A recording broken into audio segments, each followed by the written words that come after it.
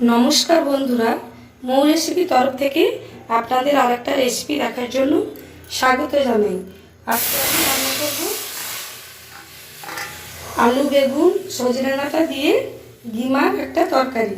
আপনারা সম্পূর্ণ রান্নাটা দেখতে থাকুন। আমি আনাজটাকে ভাপিয়ে আনবো। প্রথমে লবণ দিয়ে দিলাম, হলুদ দিয়ে দিলাম। 5 মিনিটের মতো আনাজটাকে ঢাকিয়ে ভাপিয়ে আনবো। 5 মিনিটের পর ঢাকা খুললাম। আমার সবজিটা ভাপিয়ে গেছে, আমি তুলে নেব। সবজিটা ঢেলে এনেছি।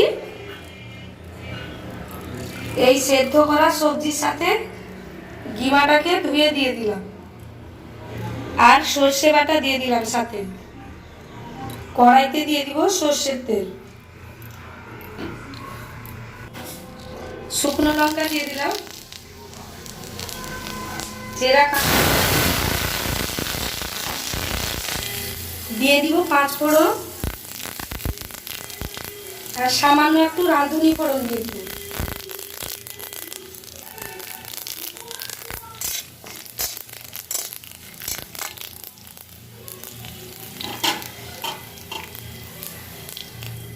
থালাতে গিমার সবজিটা ঢেলে দেব,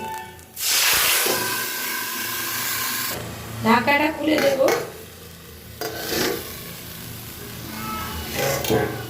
ভালো করে এবার মিশিয়ে নেব, তরকারিটাকে ভালো করে মেশাবো। আমার নিরামিষ গিমার তরকারি হয়ে গেছে। আপনারা পেঁয়াজ দিয়েও করতে পারেন।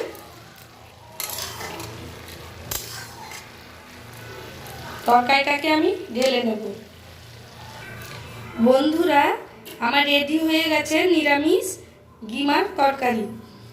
আপনাদের এই রান্নাটা যদি ভালো লেগে থাকে তাহলে লাইক কমেন্ট শেয়ার করে দেবেন, আর নিত্য নতুন রেসিপি পাওয়ার জন্য আমার চ্যানেলটিকে সাবস্ক্রাইব করে দেবেন।